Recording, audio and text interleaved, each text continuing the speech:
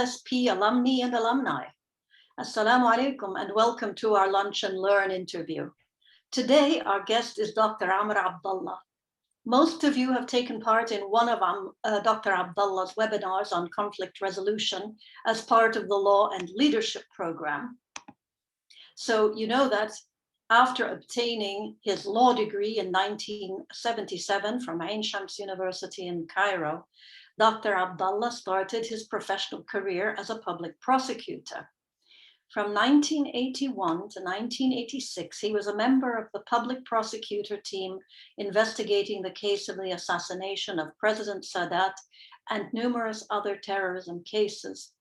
He then emigrated to the United States, where he obtained a master's degree in sociology and a PhD in conflict analysis and resolution from George Mason University. He has been teaching graduate classes in conflict analysis and resolution and has conducted training, research, and evaluation of conflict resolution and peace-building programs in numerous countries in Africa, Asia, the Middle East, Europe, and the Americas. Dr. Abdalla has done too much work and gained too many honors in the field of conflict resolution for me to list them all here. But for purposes of this interview, I would like to highlight his association with the United Nations mandated University for Peace, whose main campus is in Costa Rica, where he is a professor emeritus. And he's had a long association with KARAMAH, where he is our senior advisor on conflict resolution and is one of the most popular lecturers at our annual Law and Leadership program. I expect that several of my viewers have participated in one or more of his conflict resolution workshops over the past 20 years. So, Dr. Abdalla, tell us a bit about your experiences as a public prosecutor. Our American audience may not be aware of the structure of the justice system in Egypt and the various possible career paths. So if you could just sketch it out for us a little bit. First, thank you so much to you and KARAMAH for this excellent affiliation I had been honored with for the last 20 years or so. And this interview indeed just comes in the right time for me to put together a lot of the great work we have done and also to look forward. Regarding my early career as a prosecutor in Egypt, as a matter of fact, the judicial system in Egypt is not following the Anglo-Saxonian model that is followed here in the US. We follow what they call the Napoleon Code, more influenced by the French system. This has implications for how the code is interpreted and how the judges and prosecutors conduct their work. In Egypt, typically, when you graduate from law school with good grades, you have a chance of being appointed as a junior prosecutor. And if you get appointed as a prosecutor, pretty much this is a career path. Unlike what I see in the US, people go back and forth between being a private attorney and then go back to being a prosecutor or judge. This is very uncommon in Egypt. Maybe people in the later career as a judge, they will just start to practice as private lawyers. But once you start on that career as a prosecutor, you go through all this process until you are turned 30 years old. That's when you're eligible to become a judge. And then you can go through the entire judge path and get promoted into different levels, almost similar to the here of going from being like a district judge to be like a federal judge and so on. But it's definitely a career path that people take from step one to the end. As a matter of fact, many of my colleagues in Egypt now, they are, of course, Supreme Court judges and at high-level courts of appeal and so on. I was an exception because early on, I just decided that I want to look for something more, and I decided to start a new career in the US by focusing on peace and conflict studies and so on. But the Egyptian system of the court system in general follows that clear direction of a career path from day one to the very end, and with a clear system that follows the code, whether the civil code or the criminal code, and you make your effort as a prosecutor or judge to find what are the right rules in the books, and also look at some of the precedences of the Supreme Courts and the Courts of Appeal to support your arguments. And here it becomes so similar, actually, when you formulate your how you define the case, what kind of crime or anything like this, and then how you defend it in the court or explain it and prosecute. Here it is very similar to the American system. However, I have to say that there are some differences still in terms of how the prosecutors play their role, how the judges play their role, somewhat different from what I see in the American system. And for my US listeners and viewers who may not be aware, in Egypt, there is also a separate court system for what are called personal status cases, which are generally, how would you describe them, Ya Dr. Abdallah? Thank you. Yes, this is definitely was the one branch of law and the judicial system that the colonizers, I would say, that whether the British or the French, reserved for the domestic laws was what we call the family laws. The family laws in Egypt are governed to a great extent by Islamic Sharia or by other religious rules, whether for Christians or Jews and so on. Of course, there is an element of civil law that came from the French code. However, predominantly, this system is governed by Islamic law. That includes issues like divorce, inheritance, alimony, custody.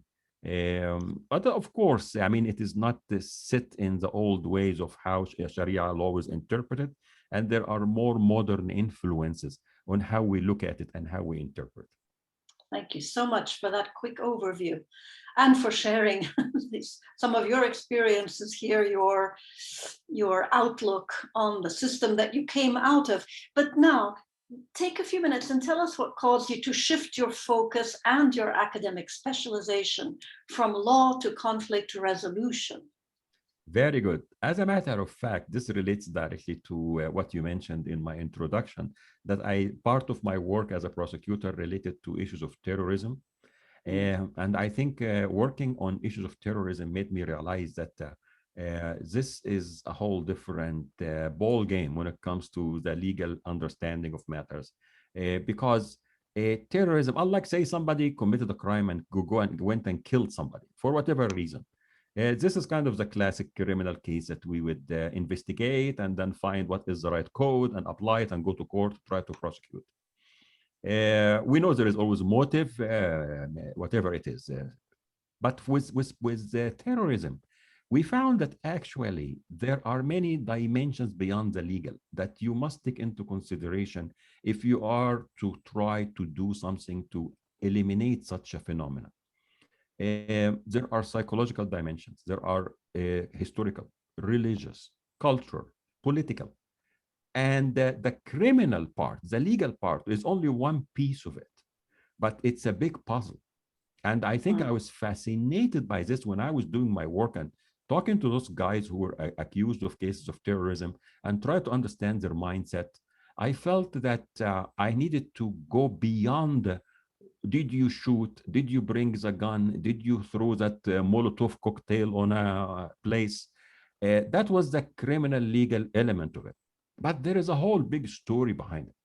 And that story was, of course, beyond the scope of my work as a prosecutor.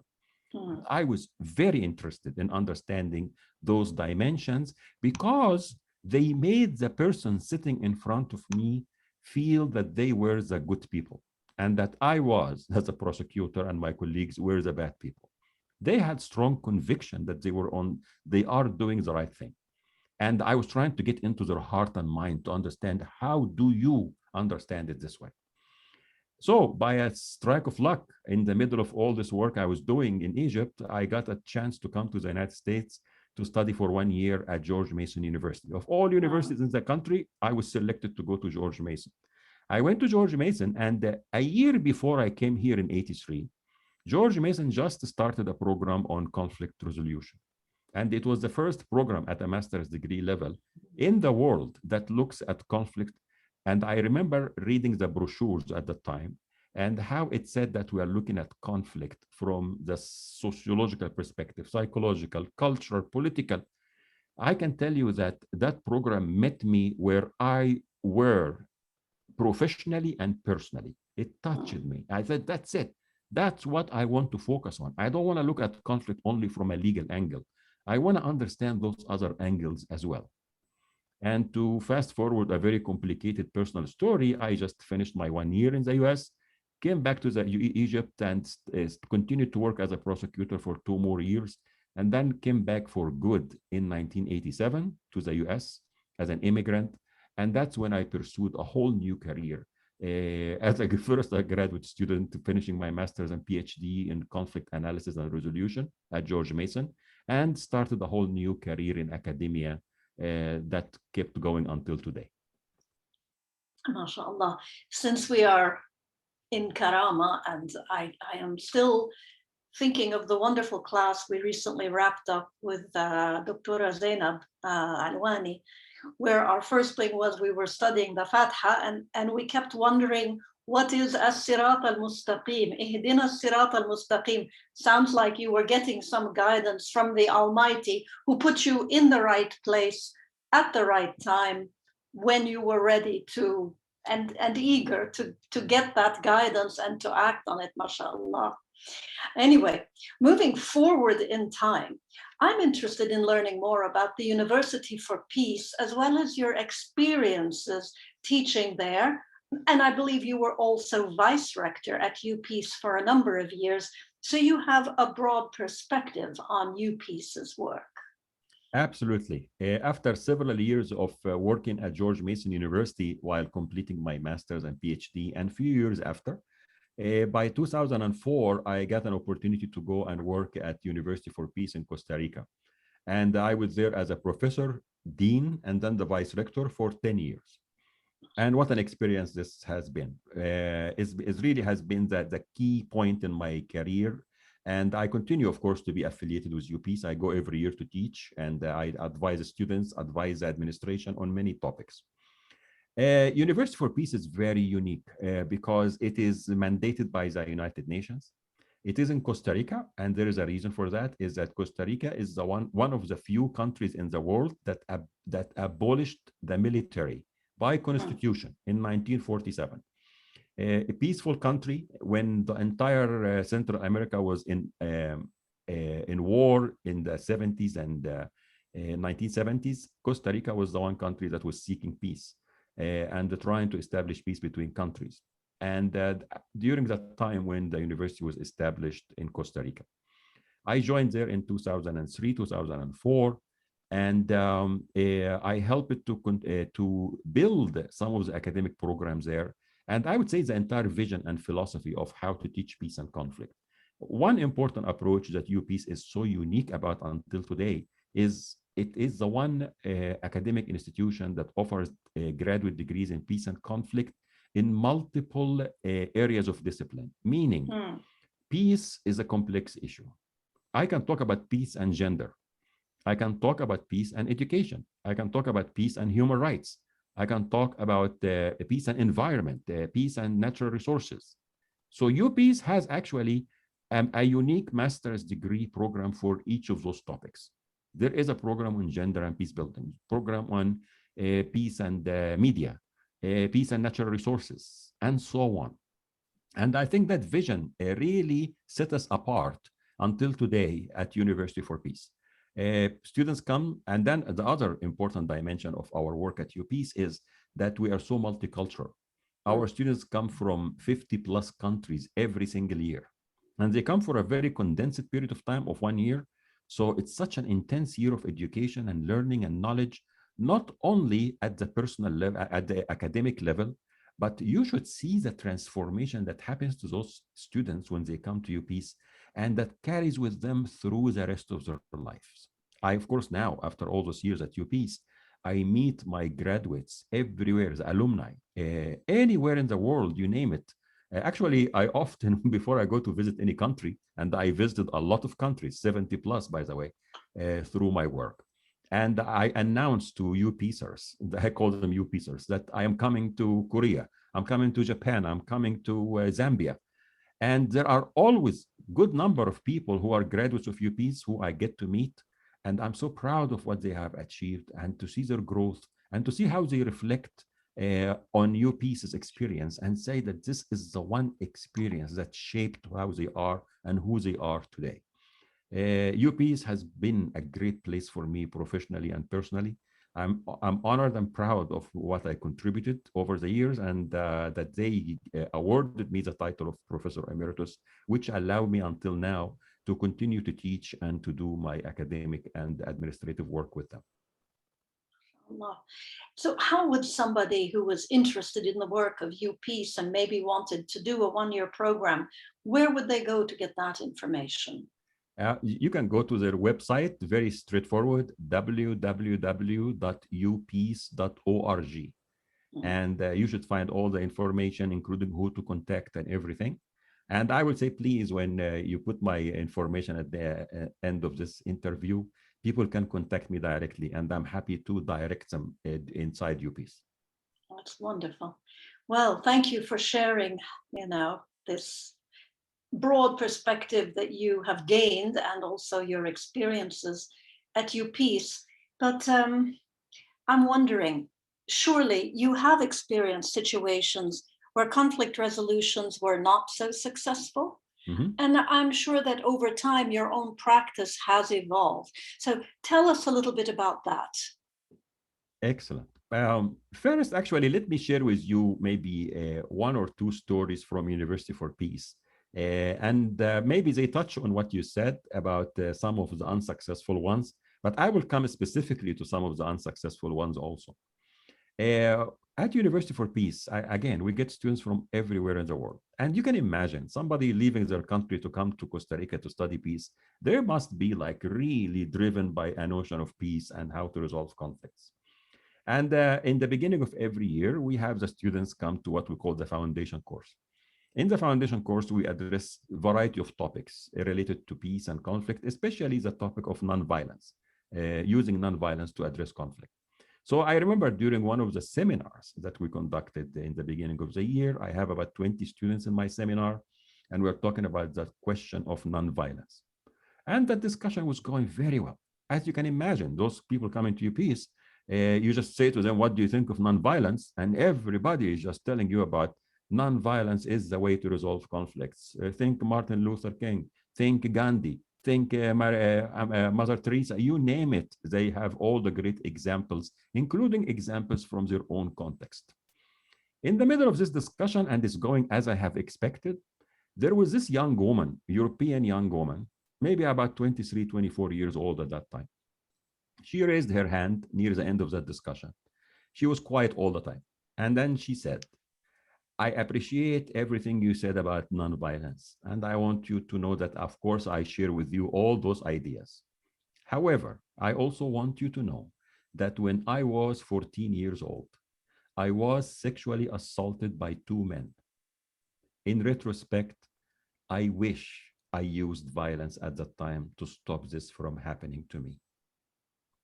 And she started to weep. The entire room was so silent for 2 minutes. Nobody would breathe even. Everyone was reflecting on that new piece of information that is not consistent with everything we have been talking about violence and nonviolence.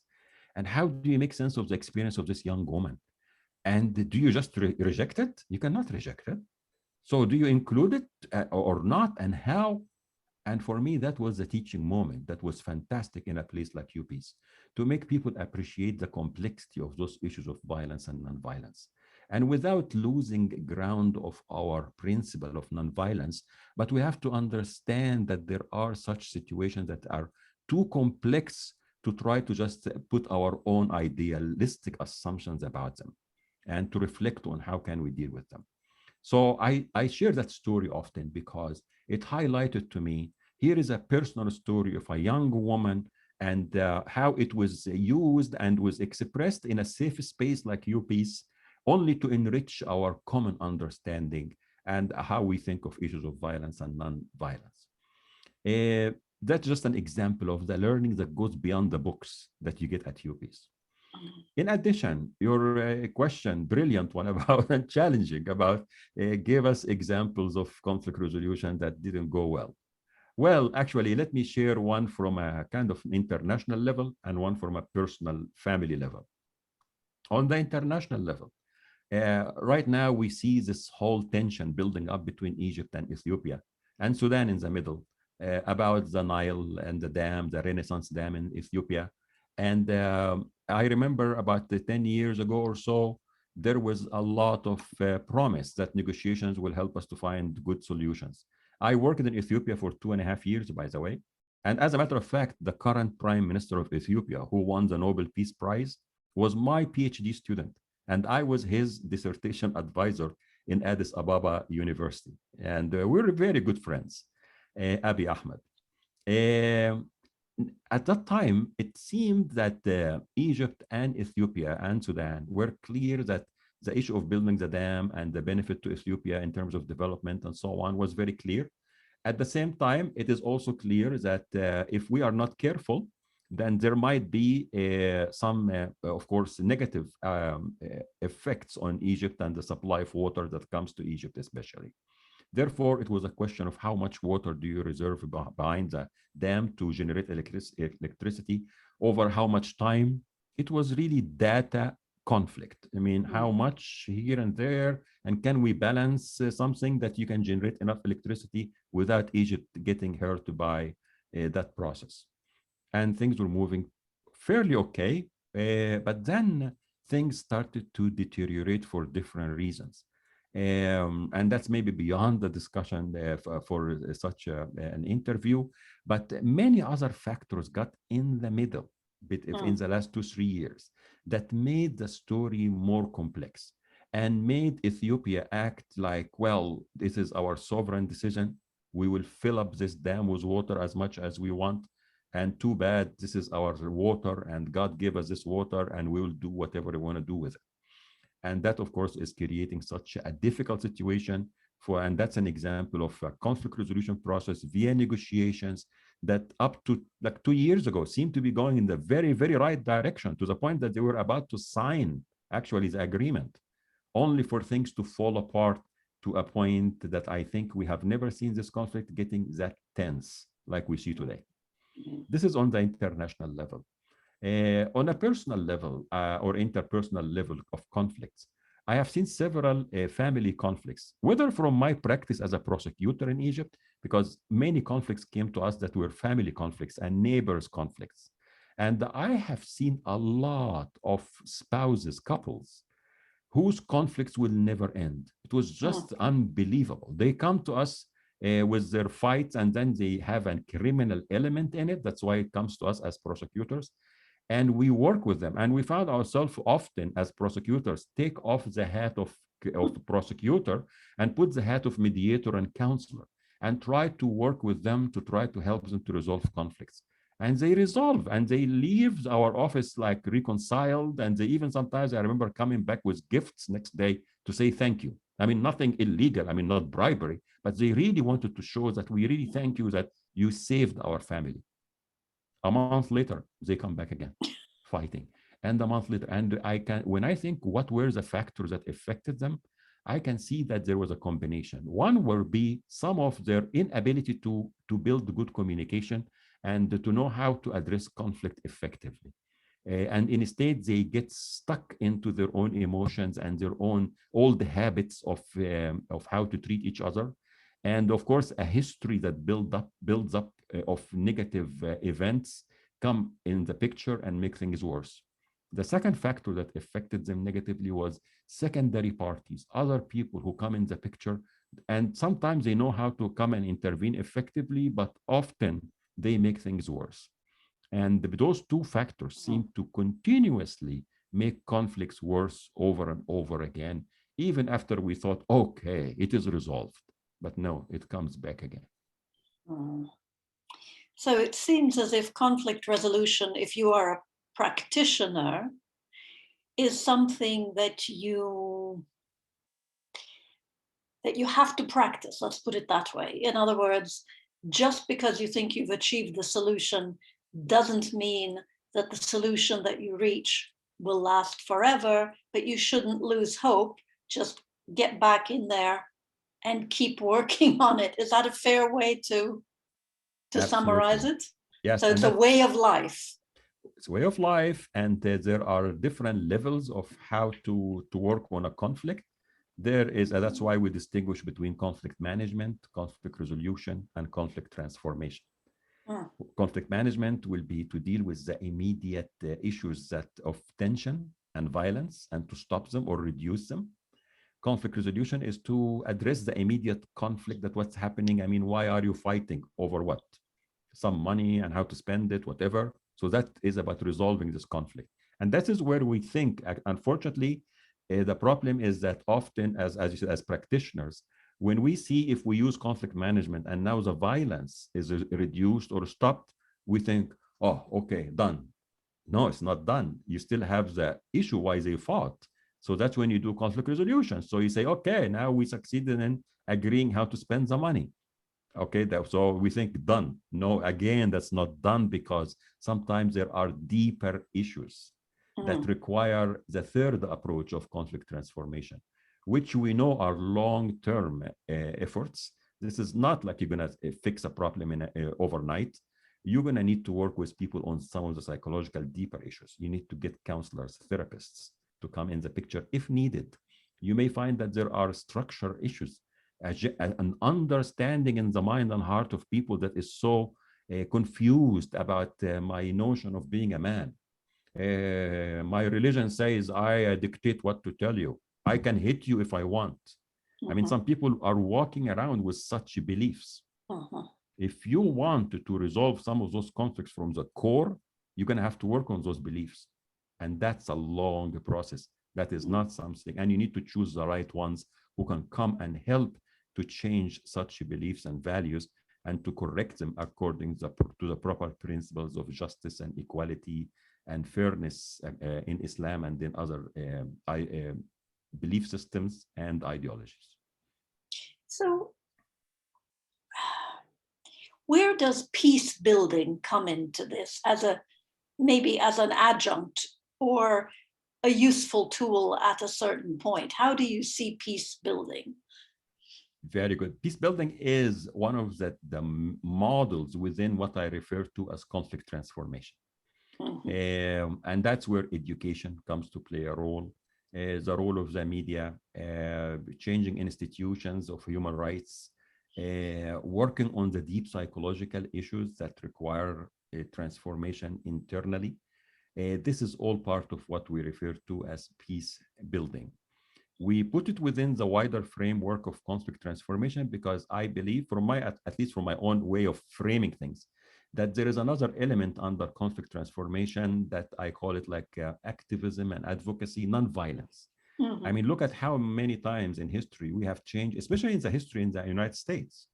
I mean, look at what happened in the 1960s and the civil rights movement. I mean, that had to take a lot of activism. Look at what's happening now with Black Lives Matter or Me Too movement. Those are all non-violent movements. At least in the core, I am sure that there is always offshoot who will not abide by the non-violent principle, but they are in the heart non-violent, and they are not about the peace building, which is like, let us try to work with somebody to change from within or to work on some of the deep-rooted issues. It also has a dimension of advocacy and activism, where you are trying to really change the heart and mind of the other side and make them realize that something is wrong with why you insist on what you insist on, and also to change legislations and to work with policymakers through advocacy to change on that level. So for me, peace building is a nonviolent, strategic nonviolent action are two branches of the wider model of conflict transformation. Yeah, I was thinking recently about what happened in Iraq and the importance of encouraging the growth of civil society as part of peace building. Am I on the right track here, more or less? Absolutely. As a matter of fact, I had the honor and fortune to work with Iraqi professors and Iraqi civil society for the last 3 years on developing teaching models of peace and conflict resolution in Iraqi universities. Through this work, I did a lot of training and teaching for university professors in Iraq and civil society. And I saw the promise, I saw the potential and the success of what they have been doing. But I tell you what is heart-wrenching in Iraq is when you sit with those professors, Shiite and Sunnis alike. And by the way, they have wonderful relationships. I mean, I really cannot buy into the media and how they make it sound like those guys cannot stand each other. That's not true. I mean, I've seen them. They are so close, they are connected. But every time you sit with them and talk about what's going on here, I see that you guys get along like peanut butter and jelly.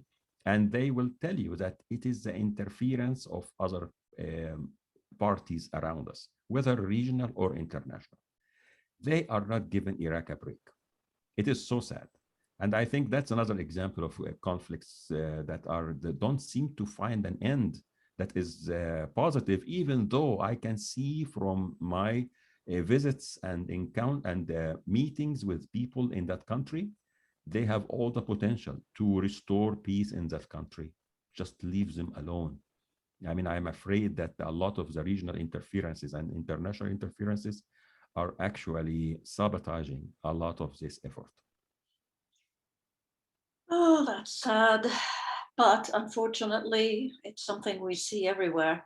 So before bringing this fascinating conversation to a close, I was wondering what your plans are for the rest of 2021.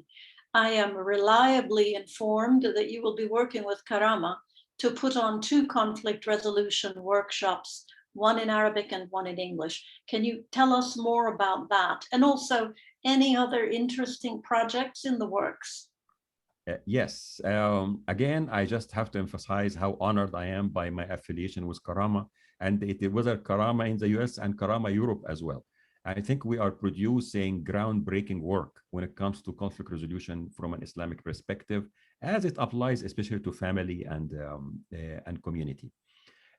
We will continue with the same successful course we have been teaching face-to-face and online or workshop on conflict resolution with Islamic perspectives.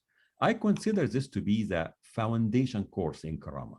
Everyone who wants to learn about peace and conflict resolution must come to this course.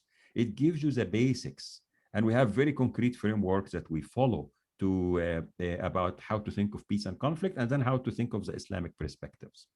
With direct applications and examples and practical applications to real life situations. However, I know, and inshallah, we'll be offering this course in Arabic and in English. This is the first time we'll do that, in Arabic and in English, in the fall of 2021. At the same time, I have 2 other projects with KARAMAH. The other one builds on that workshop, which I call the foundation one.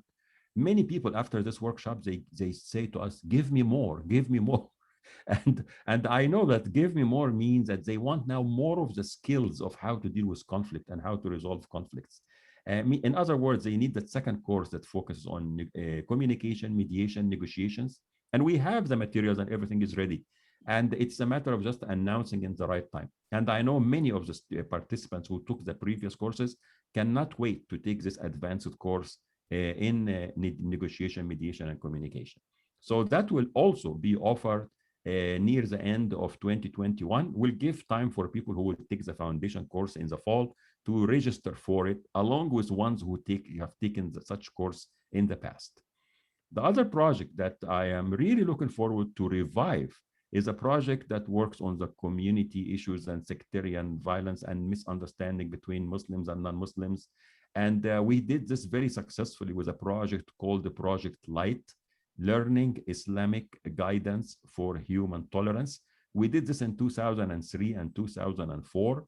And it was quite a successful project of educating people in the community in the church, in the synagogue, in the universities, schools, workplaces, you name it. We went to everywhere. We did 50 workshops of peer-based workshops, interactive workshops where you get train some of the Muslim community members, young and old, men and women, on how to stand in front of people who don't know anything about Islam or only have this confused picture about Islam, and to teach them about the basics of Islam in a fun, interactive, engaging way.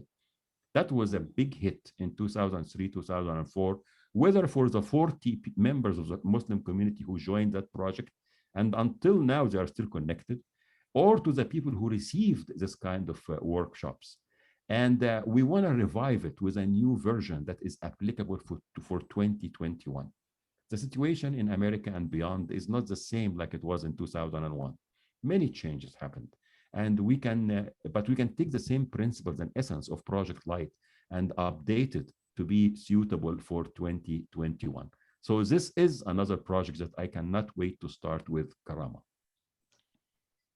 Well, it sounds like I'm going to be spending a lot more hours with you before the end of 2021, yeah, Dr. Amr.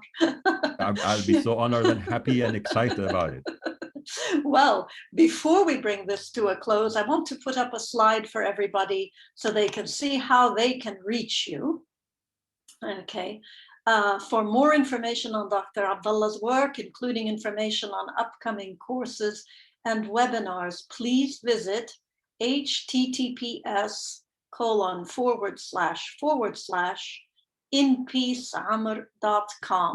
and you'll find all of the information on Dr. Abdalla's courses and webinars and upcoming events and just all kinds of really important stuff. And now, before we finish, is there anything else that you would like to tell our viewers? Yeah, Dr. Amr? I will just tell them that KARAMAH is quite a unique institution that has proven over decades now its significance, relevance, and perseverance. And I am honored to have played a part in their work and to continue to collaborate as a senior advisor of conflict resolution. And I urge anyone who is interested in those issues of whether peace and conflict resolution, which I think we offer some very good stuff on it, but also all the other topics that KARAMAH covers on women's rights and human rights. What a unique place and a pioneer. And I welcome for everyone to connect with KARAMAH. Thank you so much for the very kind words, yeah, Dr. Abdalla, and for spending time with me here today. I wish you all the best with your upcoming workshops and look forward to working with you on other projects in future, inshallah. And thank you again. Thank you. Thank you so much to you and all our colleagues who are supporting this, including our friend Ayman, who is doing the recording and all the good work in the background. Indeed. Goodbye, everybody. Thank you. Thank you. Bye-bye.